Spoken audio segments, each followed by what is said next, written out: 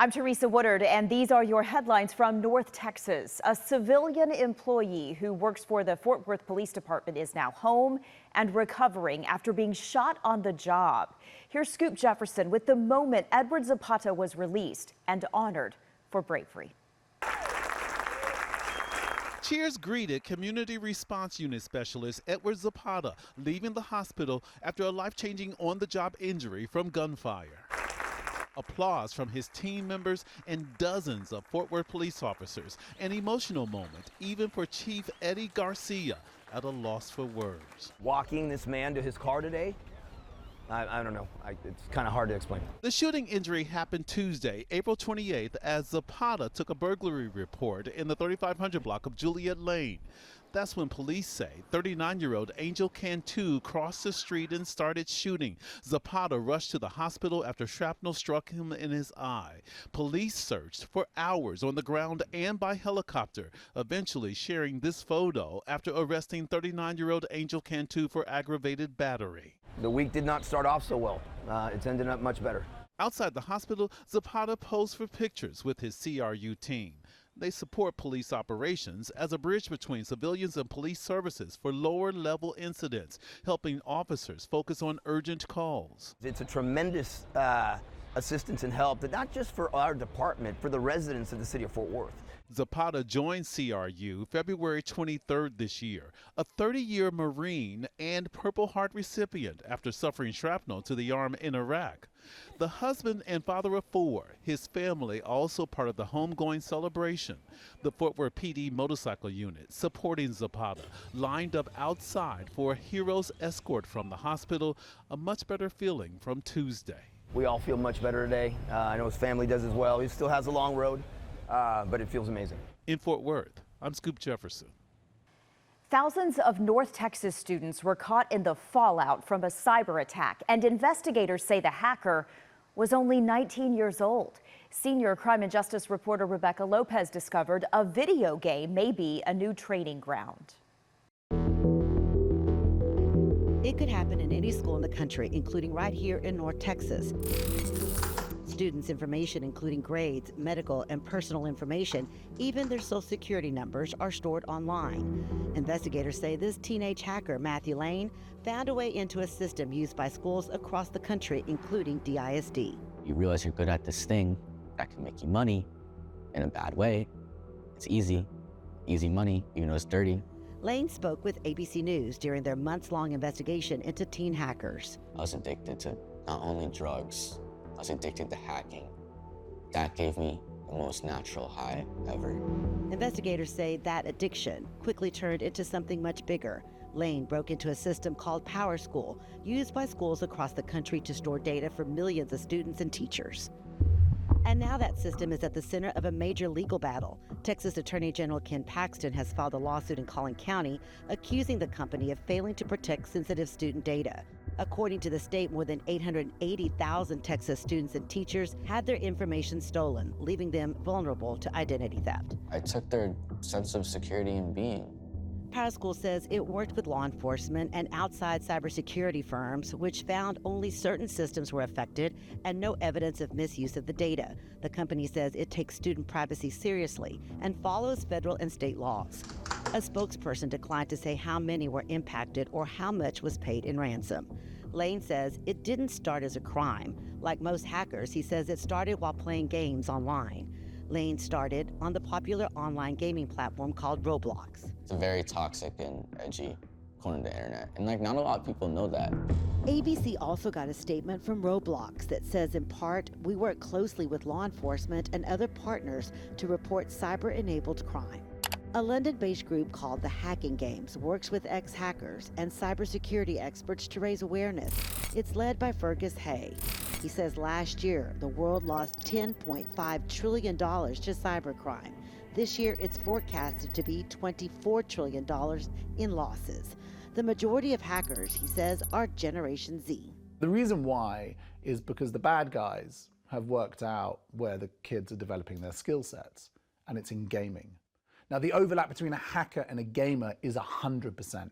Every hacker is a gamer. Federal authorities say gaming is the pipeline to hacking. Now, any teen that really wants to learn how to code just does it with AI. Experts say kids today are learning faster than ever. Federal investigators say in the Lane case, he used stolen credentials to access PowerSchool's database, and then a co-conspirator moved significant amounts of data overseas to a server Lane leased. The impact was felt here in North Texas. Dallas Independent School District was among the districts impacted. They were notified that student private information had been accessed in a data breach. The district serves more than 140,000 students. One of the worst I've seen here when you talk about financial impact and you talk about the forever impact that these students and faculty will have for the rest of their life. The hackers are making significant money. They say that's the lure, the cash, the lifestyle, and the thrill. Part of it is to make the money, but the other part is that thrill of going in and not getting caught. You see this lavish, luxurious lifestyle that these kids, other people, sometimes adults 20 to 40 years old, leading, and you're like, as a young kid, like, I want that. Matthew Lane says he knew he would eventually get caught, and it all came crashing down when the FBI showed up at his front door. I'm so thankful I got caught. I really am. Like, that stuff affected me so bad. And I would have ended up literally dead. Experts say cases like this are becoming more common and warn parents to check often on what their children are doing online. Parents need to lock in. Parents need to understand the world that their kids are living in, understand the threat of their kid being groomed from their bedroom. For Lane, it's too late. He's going to prison, but says his mission now is to keep other teens from going down the same dark path. In Dallas, I'm Rebecca Lopez. Well, proms are wrapping up across Texas. It, of course, marks one chapter ending and a new one starting. Jobin Puniker introduces us to a senior who refused to step into that moment without the two women who helped him get there. All right, the boys first. Gentlemen. The senior prom is a lot more than just a dance. There we go. This is the last event you're going to be at with these people. It is a choreography of decisions. I think this is the 17th prom. There is also 17 in the graduating senior class at Westwood, a small private school in Addison. When the Russian war machine moves in, 12 girls, we see this tactic. 5 boys. Yeah, the girls run things. They sure do. We know what this is made out of primarily? It looks like steel. Rian's decision of who to take to prom should be easy. Taking the people I want to take this year is going to be a little bit more emotional. And it starts with a promise his mom remembers he made many years ago. He would tell them, I'll take you to prom. Don't worry about it, I'll take you to prom. A promise made is a promise kept. I'm taking my 2 grandmas to prom. The 2 women he calls Ba and Ma, who raised his parents. He's not only raised by me, he's been raised by a village. The days I couldn't watch him, they were there. They're coming. And tonight is how a grandson returns the favor. Sounds like it. That's Rian. Both grandmas have never been to a prom before. They got their hair done, they got their makeup done, they got their nails done. Felt like I had 2 daughters. There is something both refreshing and bold about Rian's decision. Great that somebody thinks that way. If I get grief, I get grief, but I'm having fun with my grandmas. The kinds of decisions that define who you are. In Dallas, I'm Jobin Puniker. What a beautiful gesture. Those are your headlines from North Texas.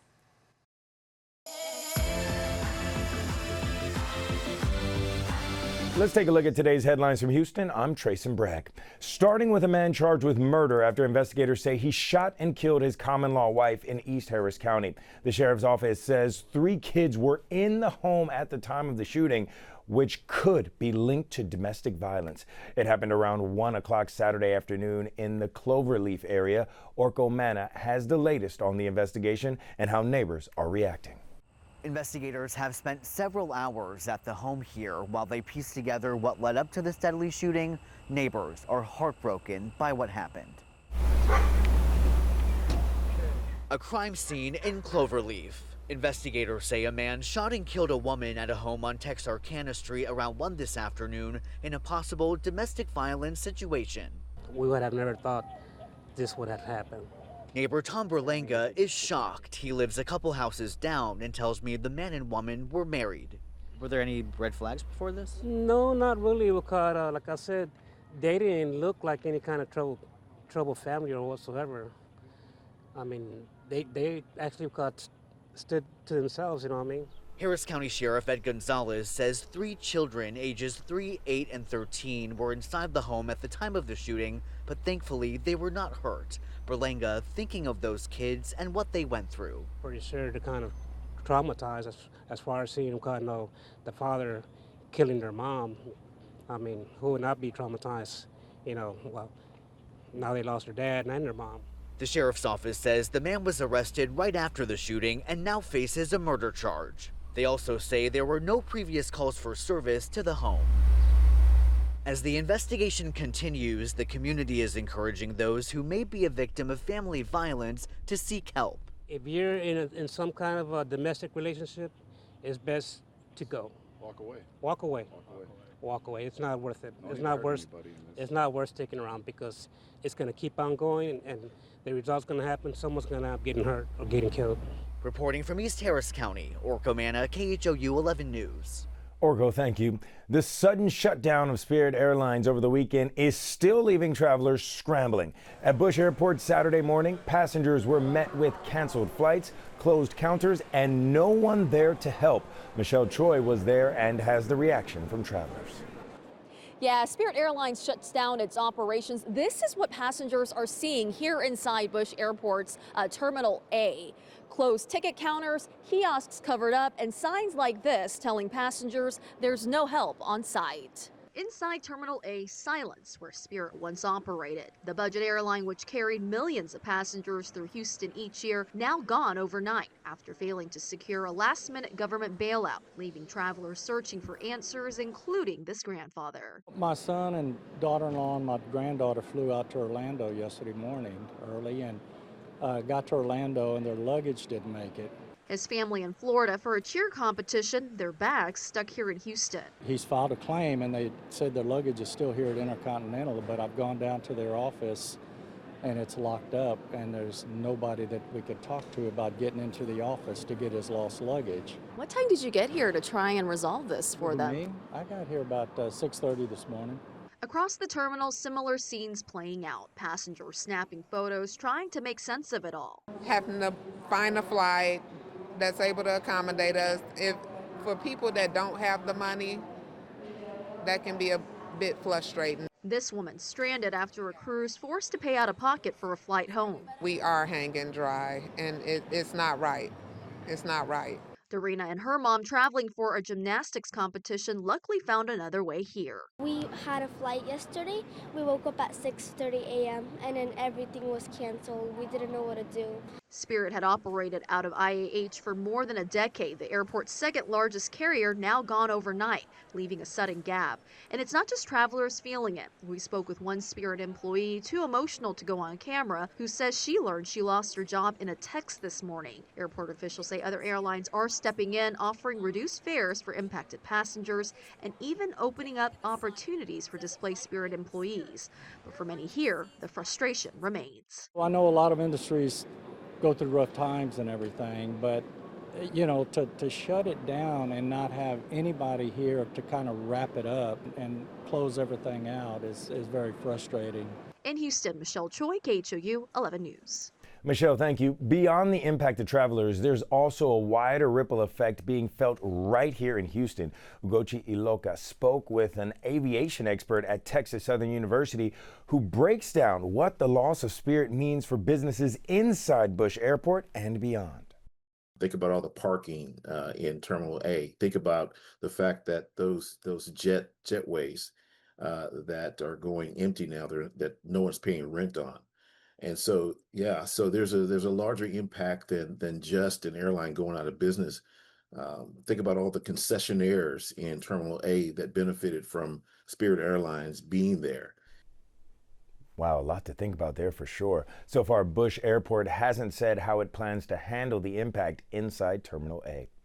There's a bunch of work happening around Houston to get the city ready for the FIFA World Cup. But behind the scenes, there's also a massive security operation underway. Cheryl Mercedes spoke with an FBI special agent about the plans to keep you safe. So we've been working since December of 2024, prepping for the World Cup. How big of a security operation is this compared to other events that have happened in Houston? This office is no stranger to preparing for events of this magnitude, but this is significant just because of the world, or the global magnitude, if you will, of this event and the people coming from across the globe. So I think that is what may separate and elevate this event over others. What should fans expect to see in terms of security presence? There's about 35 different agencies that we've been working with, so it's going to be agencies from all over the region, all over the state, quite frankly, all over the country. So we've worked on the federal level with federal partners, not just prepping the Houston site, but all of the sites across the country as well. What kind of role does the public play in keeping themselves safe? That's a great question. The public can help us tremendously. We always talk about see something, say something.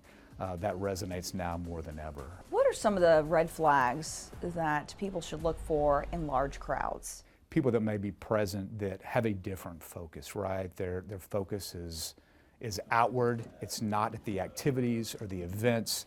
I think I would consider that suspicious, and I think that should be reported. You all will be looking at potential threats online as well, correct? We've been in the process of collecting intelligence, sharing intelligence with our partners, any potential threats that we think can impact the games, not just here in Houston, but across the country. We've already shared that information. Should people feel safe coming here for this event? Yes, they should. Hudson adds, just because you don't see a heavy uniformed police presence doesn't mean law enforcement isn't there. He says many will be working behind the scenes, out of uniform, to keep you safe. All right, Cheryl, thanks so much. That's a wrap of your Houston headlines. I'm Trayson Bragg.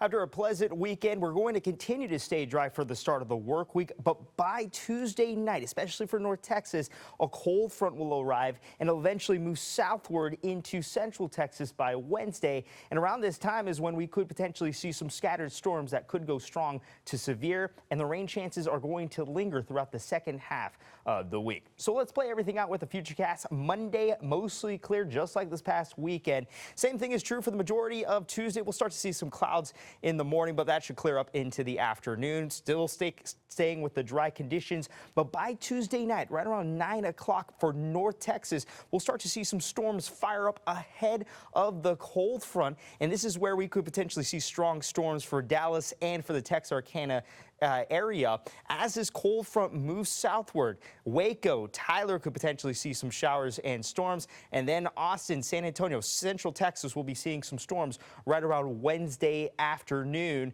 And eventually by Thursday, this front will move southward, but we could potentially see some upper level disturbances, and that will still provide us that chance for scattered showers and storms throughout Thursday and for Friday morning. Now, in terms of the severe weather outlook, we don't have a chance for severe weather for Monday, but for Tuesday, we will have that chance for storms, especially as that front moves through North Texas Tuesday night, Wednesday early morning. So for San Angelo and the Dallas area, we could see a level 1 out of 5 risk for severe weather, but that risk is upgraded into a level 2 out of 5 risk for severe weather for the Texarkana area and the Red River area, especially north of Dallas. Now, the winds are going to play a big factor in the forecast because the winds will shift from the south. That will usher in warmer air and will also usher in moisture. So for Monday evening, we'll see breezy weather for the coastal bend, especially for the DFW area and the Texas Panhandle. We could see winds of up to 25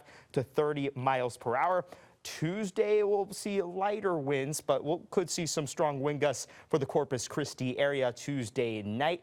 And then for Wednesday, much of the gusty winds will be associated with the cold front. Now, that wind pattern will affect our temperatures. We will see a gradual warm up for Monday and into Tuesday. Those ones will be providing temperatures into the mid-80s for central Texas, potentially upper 80s in Eagle Pass, and warmer temperatures in the Rio Grande Valley and for West Texas as well. They could potentially see 90s as well. Tuesday will be warmer than Monday.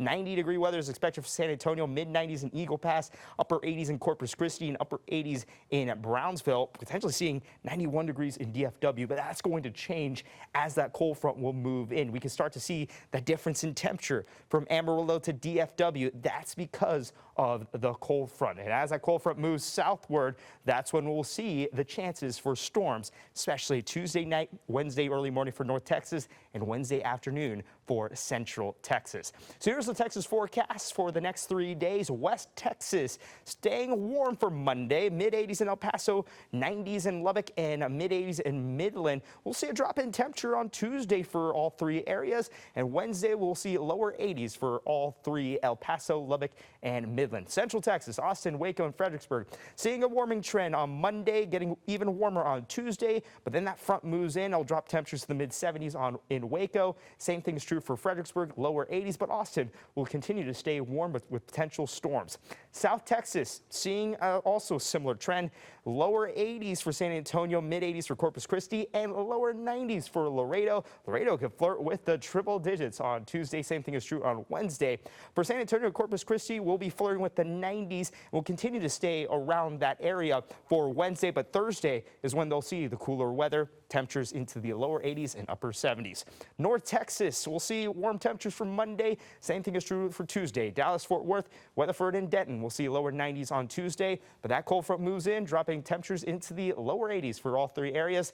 East Texas, Houston, Beaumont, and Tyler, lower 80s on Monday, mid-80s on Tuesday, and we'll stick with the mid-80s for Wednesday. Could see some rain chances because of that front, but the valley staying warm as usual, seeing 90s for the most part, and also upper 90s potentially for Mission and McAllen on Wednesday.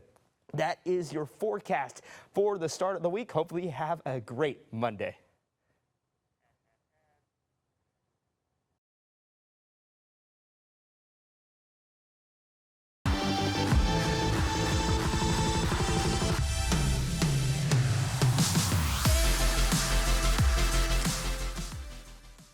In Austin, I'm Darrenisha Heron. We continue to monitor the investigation into a small plane crash in Wimberley. It happened Thursday night, killing all 5 people on board.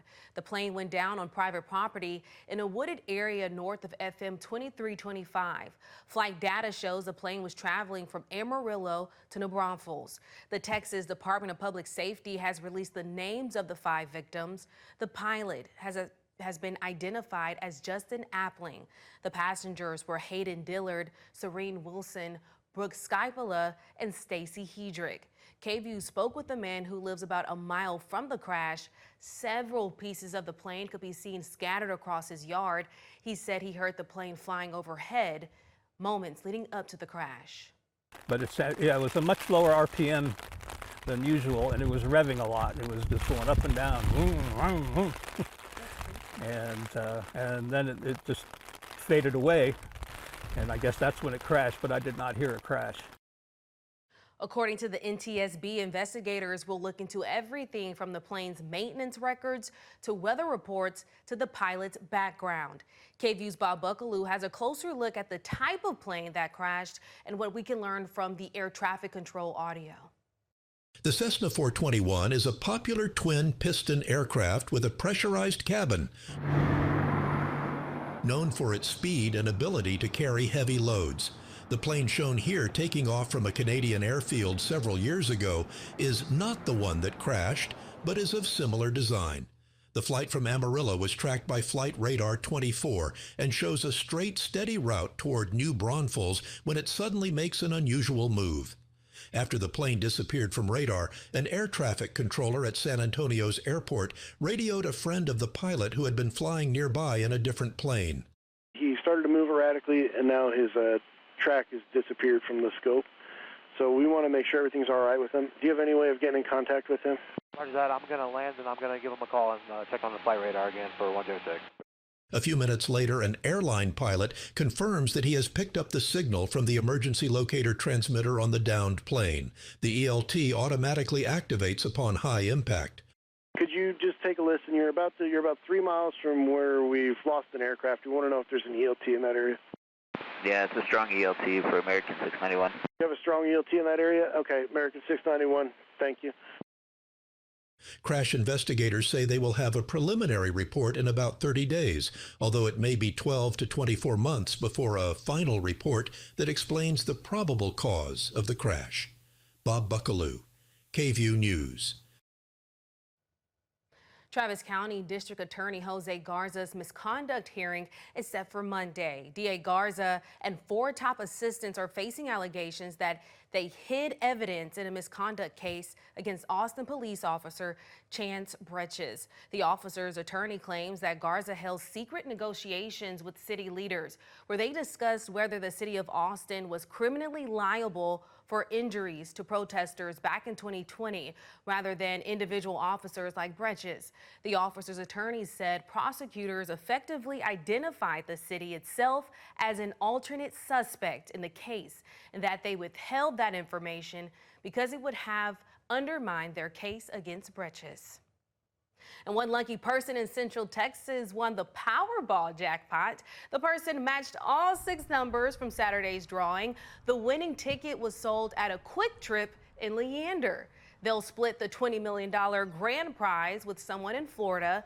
They chose the cash option, meaning after taxes, they'll take home around $4.5 million.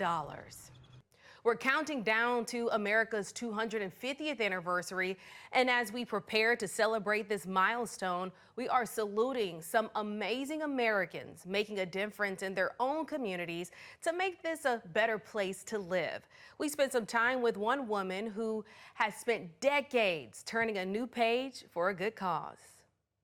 Keep going. Yeah, it's 3 more lines. At first glance, you may not see why this retired librarian is considered a local hero by those who know her. That's why you have to listen. The prowls remains a question that continues to burn and that is still unanswered. For 35 years, she has been giving her time and her voice to those who need her. I love what I do. Anything that has to do with books, I love. Her calling is right there in her name. Mindy Reed, R-E-E-D, is a tenured volunteer at the Texas State Library's Talking Book program. What can be better than a book? What can be better than just sitting in a booth and reading a book for a couple hours every week? I enjoy doing it. You can tell how much Mindy enjoys doing it. And it's just something fun to do that's helping people. Every Tuesday morning, Mindy and her volunteer sidekick, John Long, pick up from where they left off in this small studio to bring stories from the page to the ear for those who may otherwise have a tough time reading. Because they're sight impaired, maybe they have severe arthritis so they can't hold a book.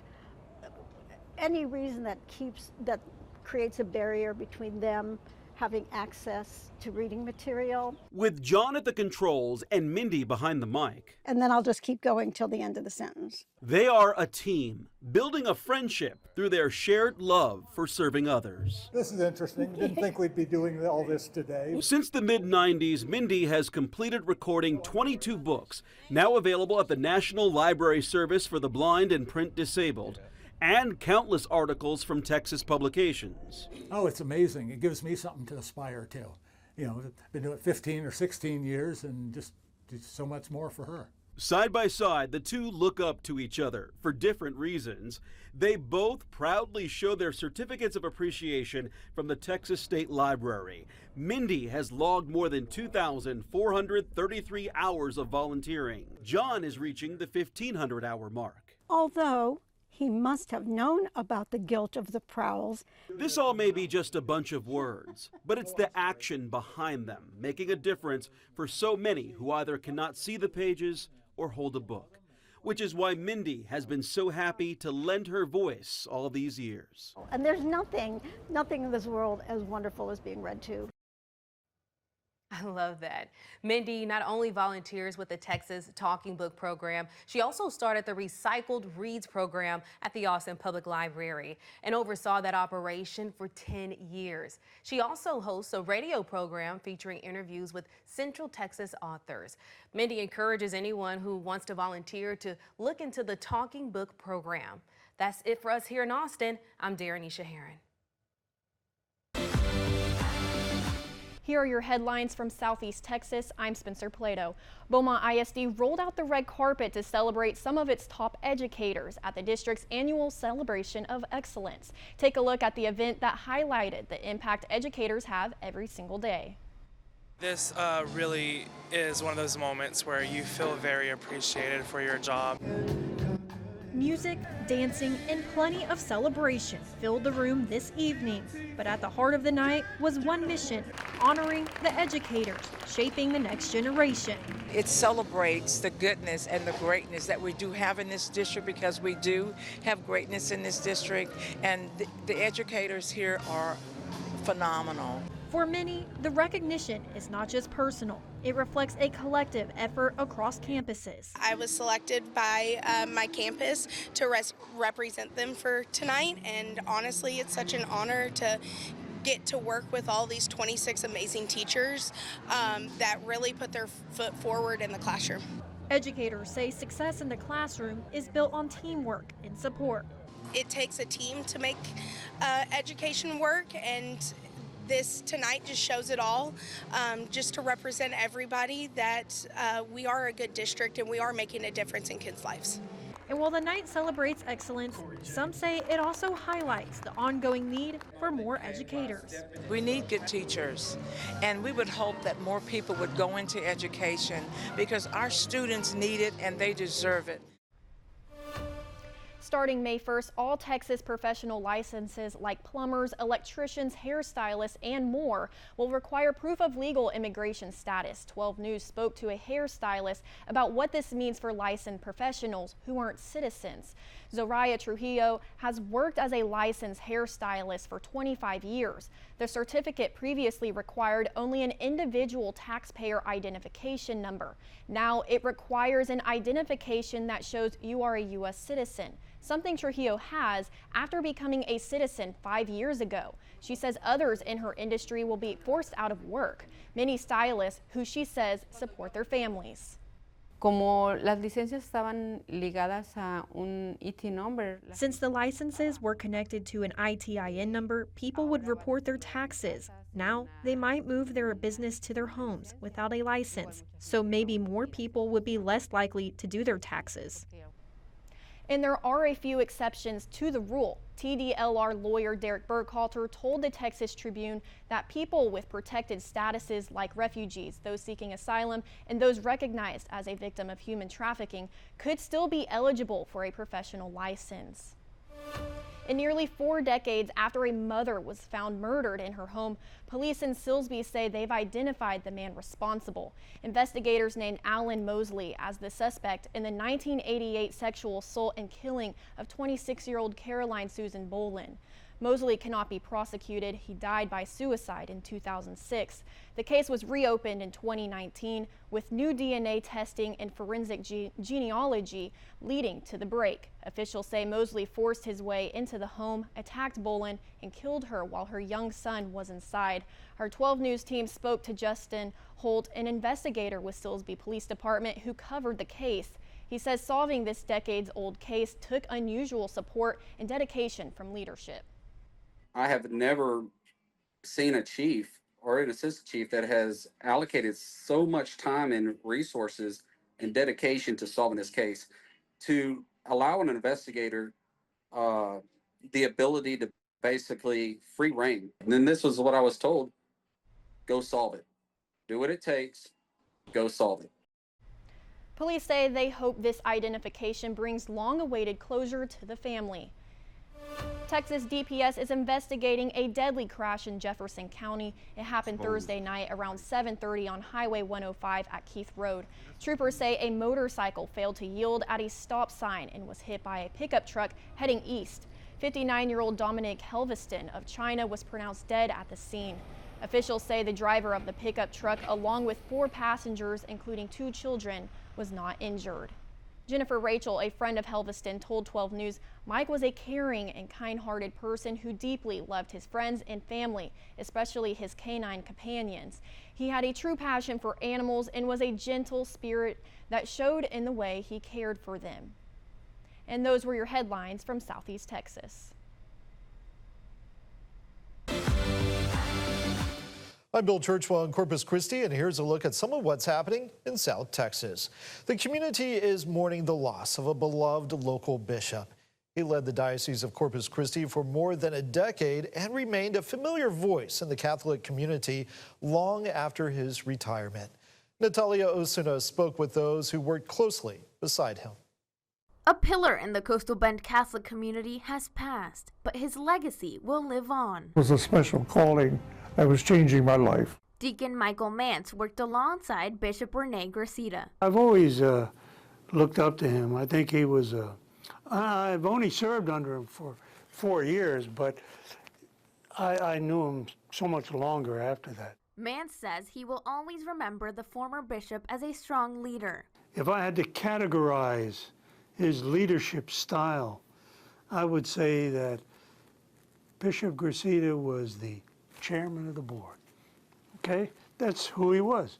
And if you met him, you know, he wasn't somebody who would intimidate you, but you could tell he was in charge. As a veteran turned priest and then bishop, Gracita had a prominent presence in South Texas. In a previous tribute for his 100th birthday, Gracita shared the why behind his calling. As a teacher, a healer, a friend in Jesus, a communicator of God's will by making his will known through his commandments and the teachings of the church, all of that motivates me, has motivated me.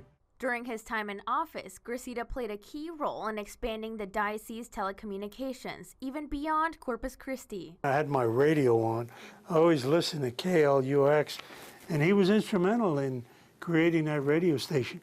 KLUX and then KHOY, I think we had that in Laredo. And he was instrumental in getting that radio station started. After 102 years of life, Bishop Gracita's work here may be done, but his impact everlasting. Yes, he lived a long time, influenced a lot of people, and you know, we were blessed to have him here as the shepherd of this diocese. Natalia Osuna, 3 News. We now turn to the story of Petty Officer Clyde McMeans, whose remains have been identified more than 84 years after he was killed in the attack on Pearl Harbor. He served aboard the USS California and was finally laid to rest in Corpus Christi at the Coastal Bend State Veterans Cemetery. His family says they never thought this day would come. 3 of his siblings submitted DNA samples back in 2011 and waited years for answers until the call they had been hoping for finally came. We are extremely happy, and we're blessed that we have the honor to be able to celebrate his life and the ultimate sacrifice that he gave to our country. Well, it comes as a blessing, and finally some peace for all the nephews and cousins and everybody. We've waited a long time. My dad was the second youngest of the siblings, and he passed in 2002, and that was one of the last things he said is, I wonder if they'll ever bring Clyde home. So we're blessed to have this. And the family says they are proud of their Uncle Clyde, who served and gave the ultimate sacrifice for his country.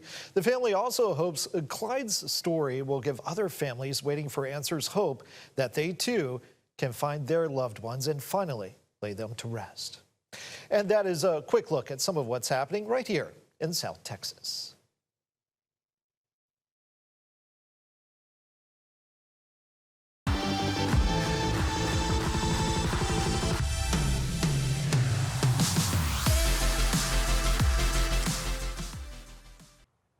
I'm Vanessa Croy, and this is the news in San Antonio.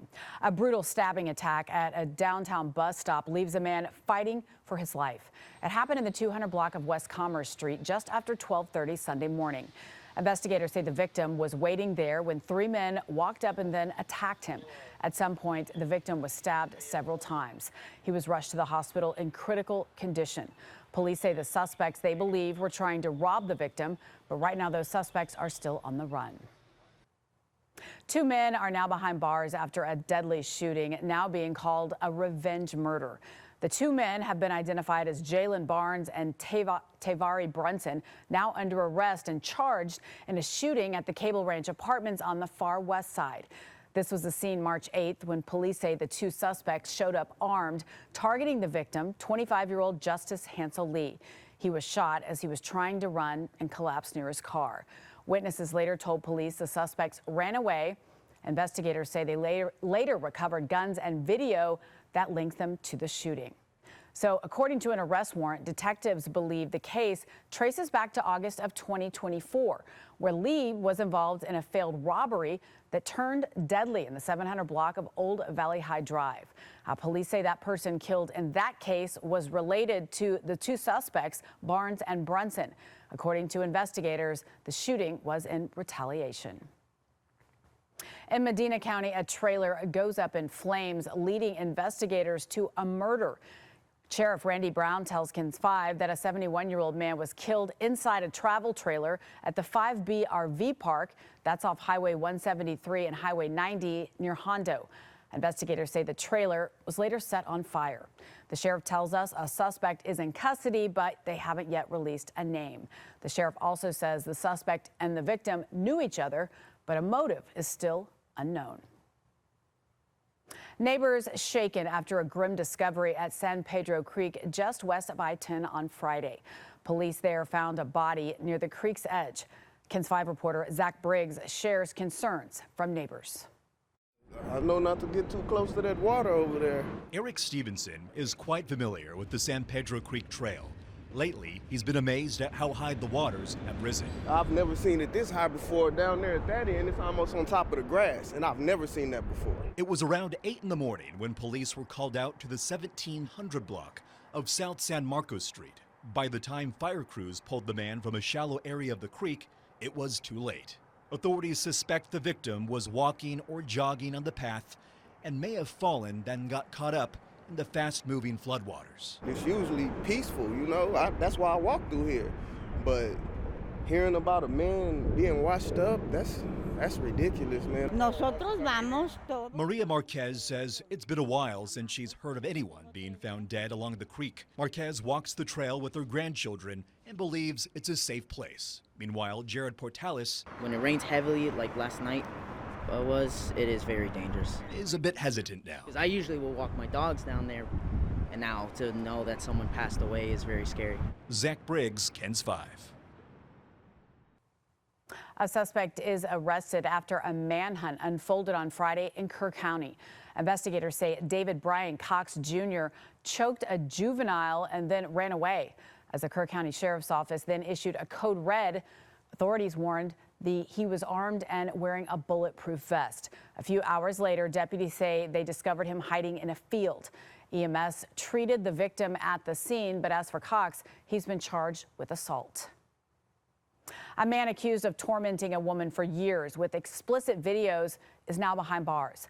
According to an arrest warrant, Deontay Wiltshire started calling a woman on FaceTime in 2024. During those calls, they say that he would expose himself and perform sexual acts on camera. The victim later told investigators the calls went on for 2 years, even after she blocked him multiple times. She told deputies she didn't know Wiltshire and has no idea how he got her information. Wiltshire is now facing a stalking charge. A mother's search for her child leads investigators to a 67-year-old man now accused of sexually assaulting the teenage boy. KENS 5 reporter Mike Jimenez has the story. Now that man is not being identified until he is magistrated and until he sees a judge. But this man that you're seeing right here is the man that has been arrested for that offense. Now, Sheriff Javier Salazar says that this all started earlier today when a mother couldn't locate her 16-year-old son. The sheriff says that his mother looked up the boy's location using the Life 360 app and noticed that he was at a location on Real Road. Once the child came back home, the mother questioned the child about his whereabouts. And that's when he admitted that he met the 67-year-old man through social media, and the two had engaged in sexual activity. And my understanding is that he gave us enough information that gave us probable cause that we're going to be making the arrest now at this point. Now, the sheriff's office says that they wanted to take this opportunity to highlight this case because they have seen several cases where adults have been preying on child victims. The sheriff also commended the child's mother for tracking her child and coming forth with the allegations. Now, that man is currently being booked into the Bexar County Jail, where he will be facing a charge of sexual assault of a child. Mike Jimenez, KENS 5. We've reached out to the sheriff's office for an update on that suspect's name, and it's still waiting to hear back. That's your news in San Antonio.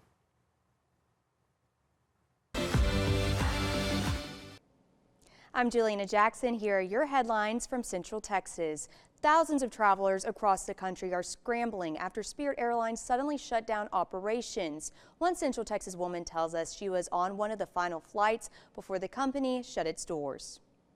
Saturday's sudden shutdown of Spirit Airlines left thousands of passengers stranded after the company canceled all flights and halted operations. For Jennifer Johnson, a Central Texas woman, the news came just hours after she landed in Georgia. Get up this morning, first thing I wake up this morning is Spirit's canceled. Like, the whole company's canceled. I was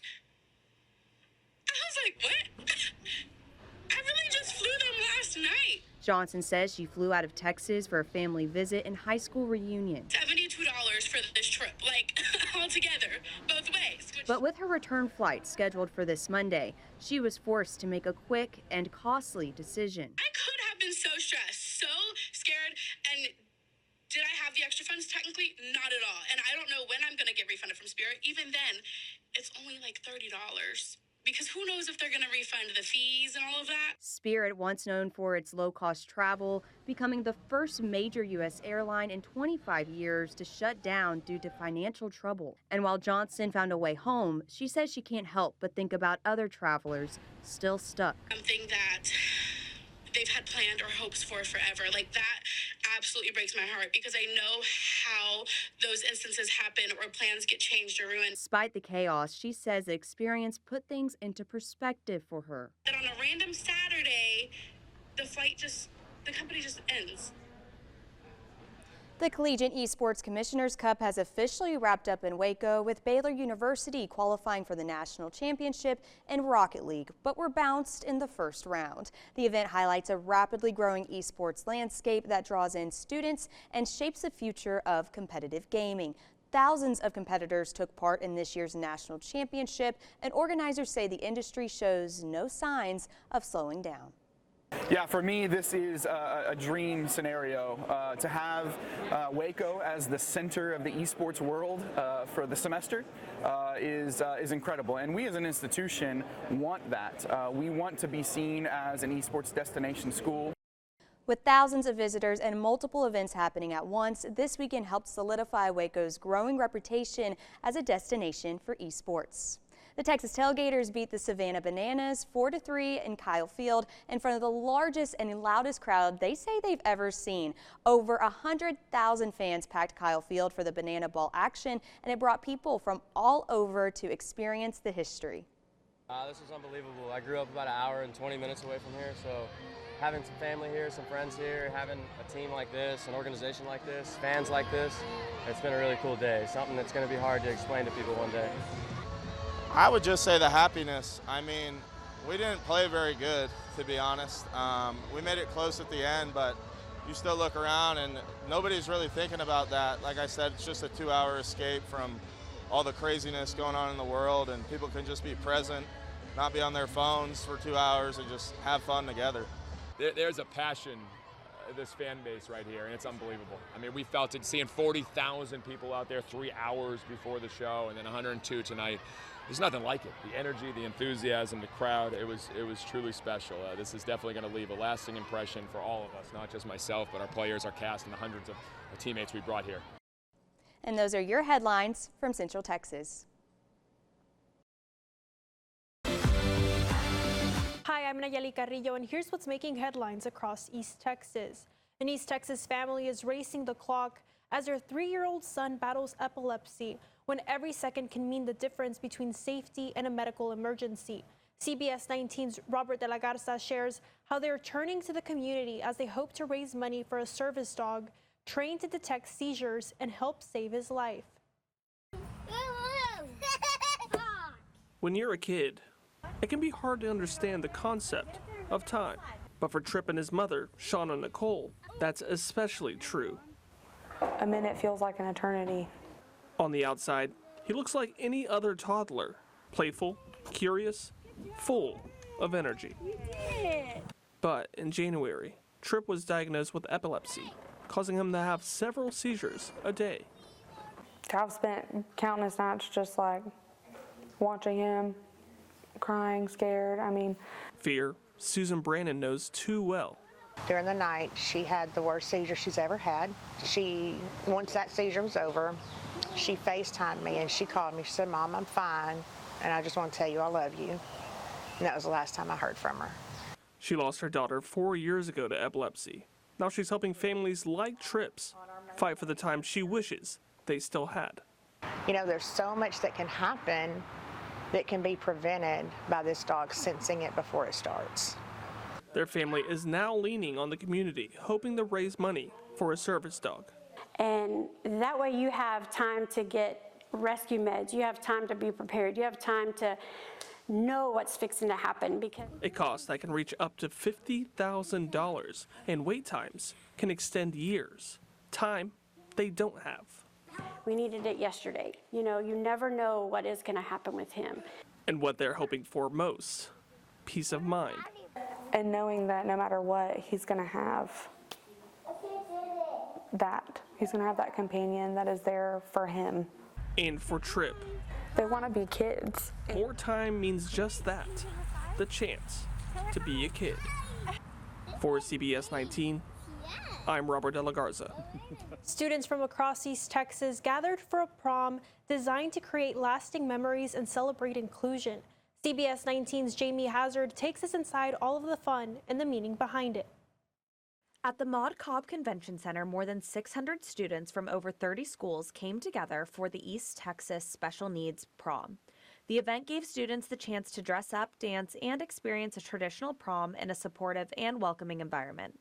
So today is our East Texas Special Needs Prom, and we are serving all of Region 7. So we have over 36 schools and over 600 kids, giving them a very special event, letting them experience what it's like to have a junior, senior prom, and just let them have fun with their peers. For families, it's about more than just a dance. It's about creating meaningful moments.